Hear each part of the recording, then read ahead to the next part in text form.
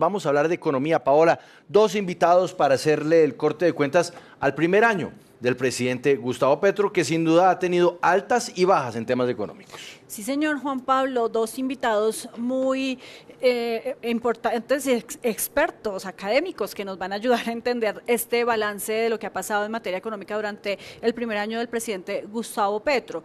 Vea, Juan Pablo, es que hay puntos o hay temas que son muy importantes analizar, que tienen que ver, por ejemplo, con la inflación, que durante los primeros meses del gobierno del presidente Petro se disparó.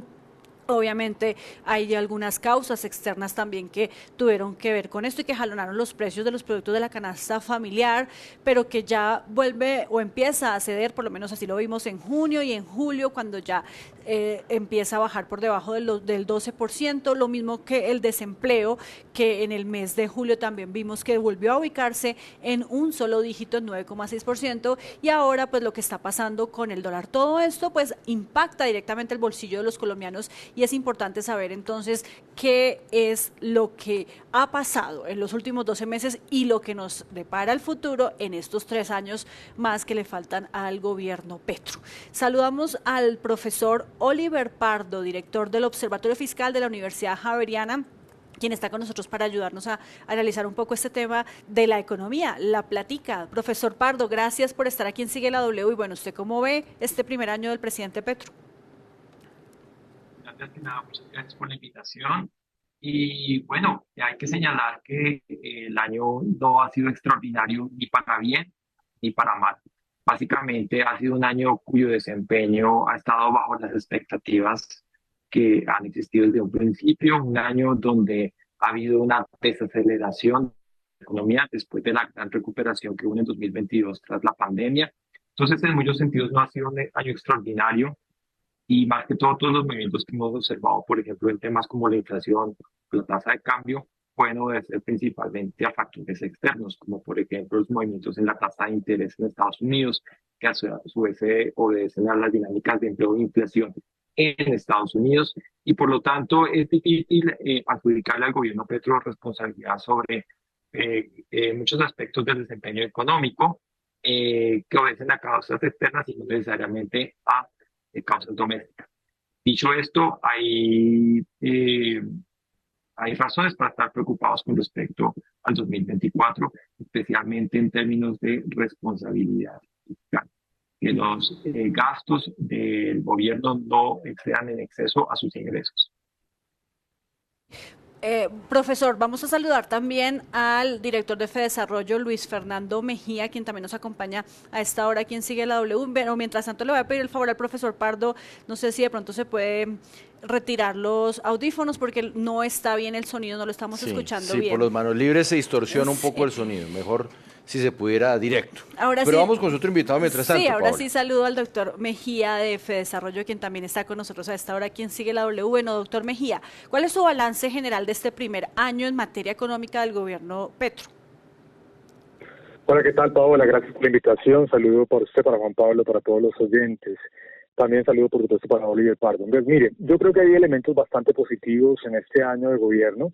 Yo destacaría especialmente el manejo fiscal y los mensajes que dieron en su momento tanto el exministro Campo como el actual ministro Bonilla en términos de la regla fiscal, de la necesidad de cumplir con esa ley de la República, de ir reduciendo paulatinamente el déficit fiscal. Ese es un mensaje fundamental para los inversionistas a nivel local e internacional, porque sabemos que el cumplimiento de la regla fiscal es lo que le da la sostenibilidad a la deuda pública colombiana. A la par destacaría también esa decisión tan importante que ha tomado el gobierno de aumentar el precio de la gasolina. Lo ha aumentado en cerca de un 47% en los últimos 11 meses.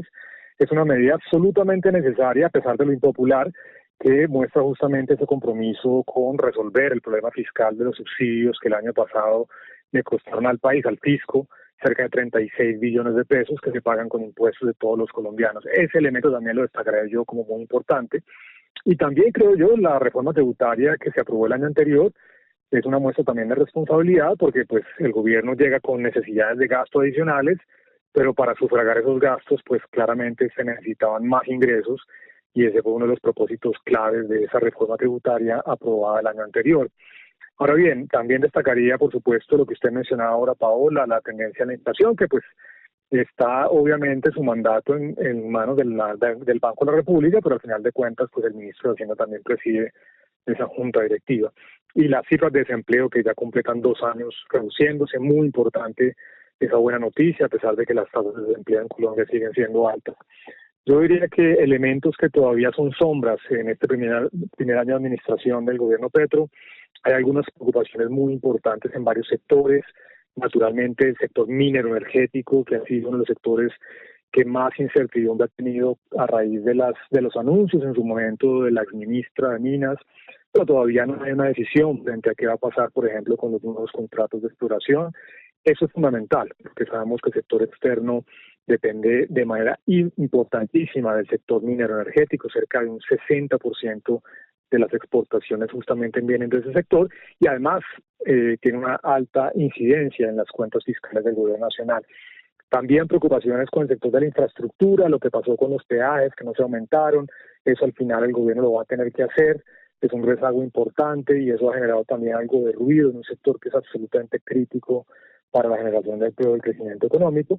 Y la vivienda, que no anda bien, las cifras no son buenas, obviamente acá tenemos el impacto del aumento de las tasas de interés del Banco de la República, pero también algunas demoras en el ministerio para incorporar los subsidios y también los cambios de focalización que también han generado algo de incertidumbre. Entonces, creo yo que ojalá el gobierno adopte en este segundo año una actitud mucho más pragmática de reconocer que pues la economía colombiana se mueve con la inversión privada y la inversión privada naturalmente depende de señales ciertas de certidumbre frente a las reglas de juego para ojalá aumentar el crecimiento económico, que este año no va a ser bueno, infortunadamente.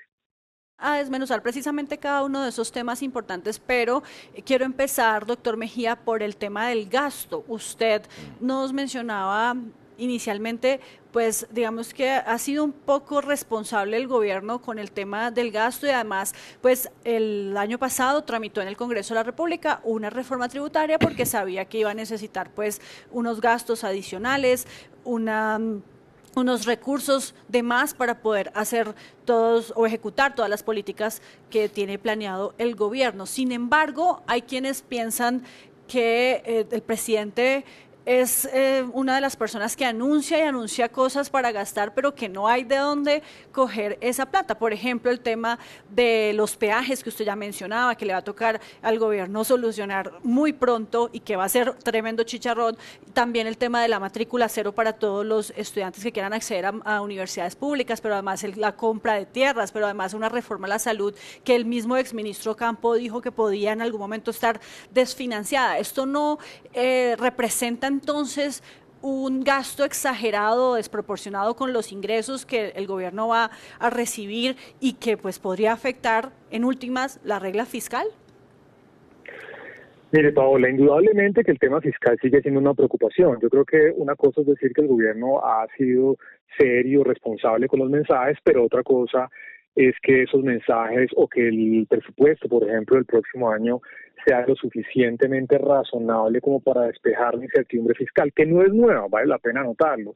Realmente desde el 2021 nuestro país ha tenido un aumento grande en su prima de riesgo, esto a raíz, digamos, de el paro nacional, la caída de la reforma tributaria, quedó la sensación entre los inversionistas locales e internacionales de que Colombia tenía un gasto un poco más alto de lo que era su capacidad de generación de ingresos a través del recaudo tributario y de los ingresos que recibía el gobierno, especialmente de Ecopetrol, que es obviamente una de las fuentes más importantes de ingresos para el gobierno nacional. Se han hecho 2 reformas, una en el 2021, otra en el 2022. Eso ha aumentado los ingresos tributarios hoy son bastante más altos que los que teníamos antes de la pandemia, pero el problema es que el gasto también ha aumentado. Nos embarcamos en un tren de gasto después de la pandemia que no se ha reducido y yo creo que sí todavía hay incertidumbre en materia fiscal. Por eso usted mira la prima de riesgo, es decir, las tasas de interés que le cobran hoy en día los inversionistas a Colombia y son bastante más altas que las de la pandemia y hoy estamos superando países con los cuales siempre estábamos en condiciones más favorables, caso por ejemplo de México y Brasil. Entonces, ¿cuál es la preocupación particular? El presupuesto del próximo año es el segundo más alto en la historia del país. El más alto había sido el de la pandemia en el 2020, obviamente con las justificaciones de un año que fue extraordinariamente difícil, pero este año vamos a tener el segundo presupuesto más alto de toda la historia. Ahí se puede decir, bueno, pero también aumenta el pago de intereses y eso por supuesto puede inflar el presupuesto. Si ustedes cuentan el pago de intereses y solamente tienen en cuenta lo que se conoce como el gasto primario, es decir, el gasto del gobierno sin incluir los intereses de la deuda pública, este presupuesto es el más alto de la historia del país. ¿Por qué es una preocupación?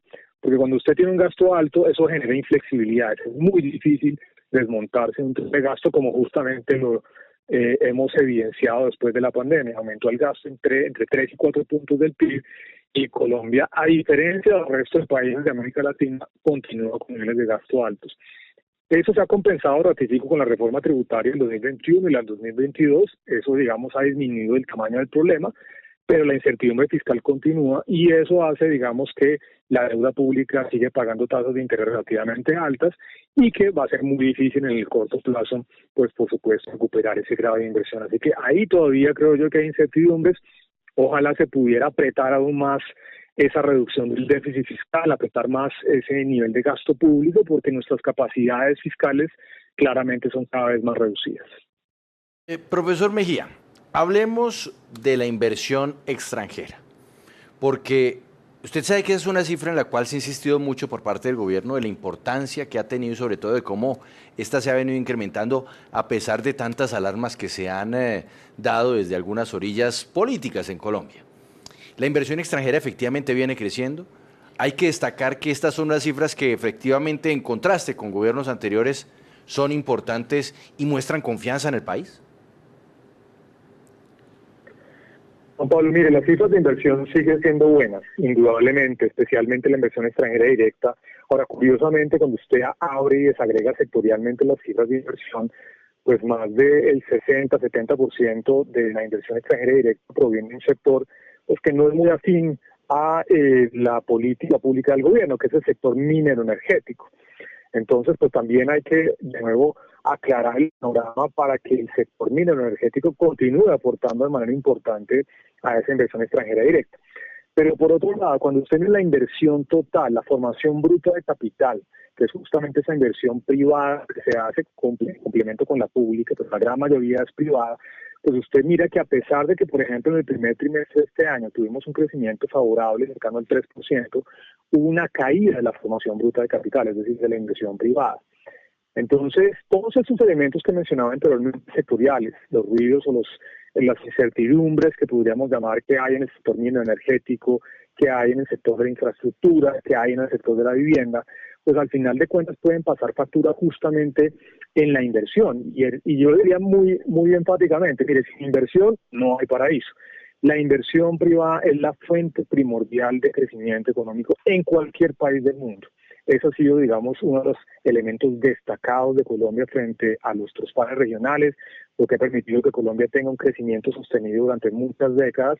Y ahí el gobierno tiene que afinar esos mensajes, resolver esos elementos para continuar incentivando esa inversión privada, porque no solamente la inversión extranjera directa importa, obviamente aquí tenemos en la gran mayoría es una inversión local, doméstica, que depende justamente de esas señales de confianza y de certidumbre que son absolutamente críticas desde el gobierno nacional.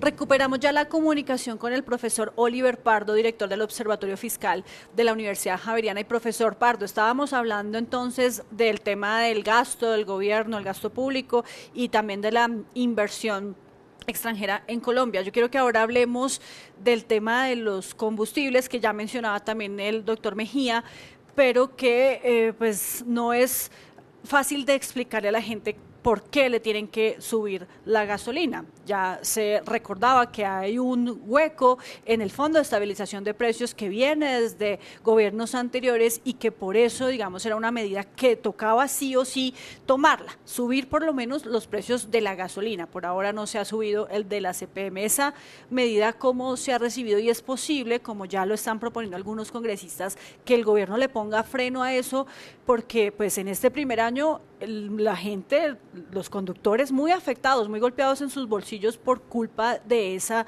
medida, pero pues el gobierno también lo tuvo que hacer. Quiero resaltar que los subsidios los tiene que pagar alguien y los pagamos los ciudadanos. el senador mencionaba la cifra de 36 billones de pesos que se gastaron el año pasado en subsidios. Imagínate que para el subsidio solidario que se planea en la reforma pensional es un subsidio de pesos para cada adulto mayor, cuesta 6 billones de pesos. Es decir, si no estuviésemos... Vea, profesor Oliver, profesor Oliver, es que no sé si estamos usando todavía el manos libres, es que ahora lo escuchamos peor. No sé si tenga la posibilidad de desconectarse en manos libres y hablarnos directamente a la bocina para de esa manera poder tener un sonido de mejor calidad, porque es que ya ahora sí no leímos nada, antes leíamos poco, ahora entramos en un escenario de absoluta distorsión del sonido. Ahí me escucha mejor, profesor Pardo. Profesor Pardo. No. Está muy difícil. Es que está crítico ya el sonido con el profesor Pardo. Adelante, Pau. Lástima, no, entonces la última pregunta. Vamos con el profesor Mejía. Exacto, con el profesor Mejía, Luis Fernando Mejía de FEDesarrollo. Y es la misma, doctor Mejía, el tema de los combustibles. ¿Cómo explicarle a la gente pues que esto tocaba hacerlo? Pues mire, Paola, el costo del subsidio al precio de los combustibles el año pasado fue 36 billones de pesos. Esa plata se paga con impuestos de todos los colombianos o con las utilidades de Ecopetrol, que al final de cuentas, si se utilizan en eso, pues se dejan de utilizar en gastos para, por ejemplo, programas sociales, para inversión en educación y para inversión en salud. El problema, además, con ese subsidio es que está mal focalizado, porque si bien le llega, por supuesto, a los hogares pobres y vulnerables, por ejemplo, a aquellas personas que utilizan una motocicleta para su trabajo, también le llega a personas de clase media y alta, y además más que proporcionalmente. La demanda de combustibles es más grande, especialmente en los hogares de clase media y alta, que además tienen vehículos y pueden tener 1, 2 y hasta 3 vehículos en su familia. Entonces es un subsidio que cuesta mucho dinero, 36 billones de pesos, y que además no está bien focalizado. Por eso es fundamental que el gobierno haya hecho este primer paso de cerrar la brecha frente al precio internacional. En el caso de la gasolina, ya prácticamente se va a cerrar, seguramente faltarán 1 o 2 ajustes adicionales, y es fundamental que el gobierno empiece muy gradualmente a cerrar la brecha del otro combustible, que es el ACPM y el diésel. Porque si bien se ha resuelto el problema con la gasolina, este año el déficit va a ser cercano a los 17 billones de pesos, un poco menos la mitad, pero 3/4 partes de ese déficit provienen justamente del subsidio a la CPM o diésel. Creo que en la medida en que la inflación continúe descendiendo, pues seguramente el gobierno tendrá ese espacio justamente para muy gradualmente, sin afectar por supuesto el bolsillo de los transportadores y eventualmente el precio de los alimentos, aumentar muy gradualmente ese precio de la CPM y el diésel. Luis Fernando Mejía, director de FEDesarrollo, muchas gracias por ayudarnos a hacer este balance del primer año del gobierno del presidente Gustavo Petro en materia económica.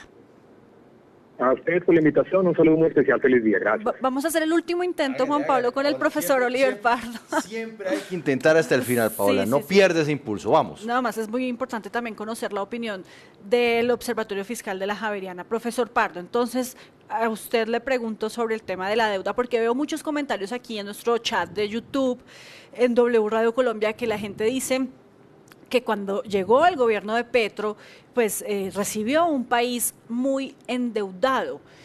El gobierno del presidente Iván Duque, según lo que en ese momento se dio a conocer por parte del nuevo gabinete, pues dejó huecos en todas partes y un déficit muy alto.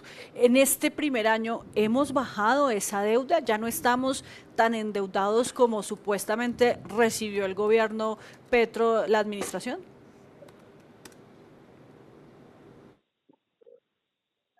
Desafortunadamente seguimos en un balance muy delicado respecto al déficit público.